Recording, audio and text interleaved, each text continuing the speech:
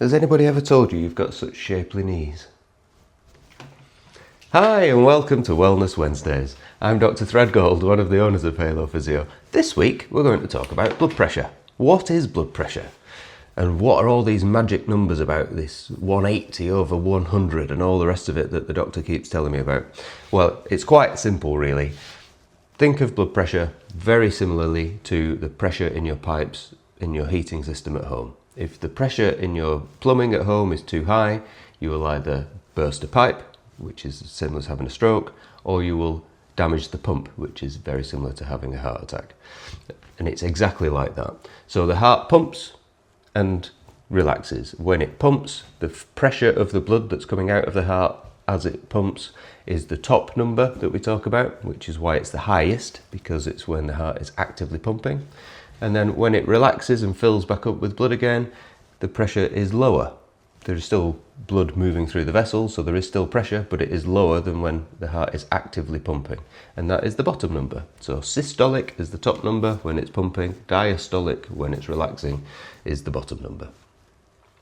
And there are guidelines, and depending on your age and your risk factors and all sorts of other stuff, there is a guideline for what is a healthy blood pressure. But essentially, the lower you can keep your blood pressure within reason throughout your life, the longer you will live, because the less wear and tear is on the heart and the vessels. So it's quite simple, really. We have all sorts of weird and wonderful ways to manage blood pressure. I'm sure many people watching this will have been advised about stopping smoking, stopping drinking, doing more exercise and all the rest of it, and that is all great stuff. Fundamentally, the two biggest things that you can do to impact your blood pressure if you smoke are stop smoking, because that has a direct impact on the diameter of your blood vessels. You will know from your pipes at home that narrow pipes tend to have higher pressure than larger diameter pipes. So if you smoke, it narrows your blood vessels and increases your blood pressure. So first thing is, if you smoke, stop smoking. Second thing is, if you don't do any exercise, do some, because that not only helps to condition your heart, but it also actually has what's called a dilatory effect on your blood vessels, and it increases the diameter of your blood vessels, therefore reducing your blood pressure. So those are the two biggest things you can do.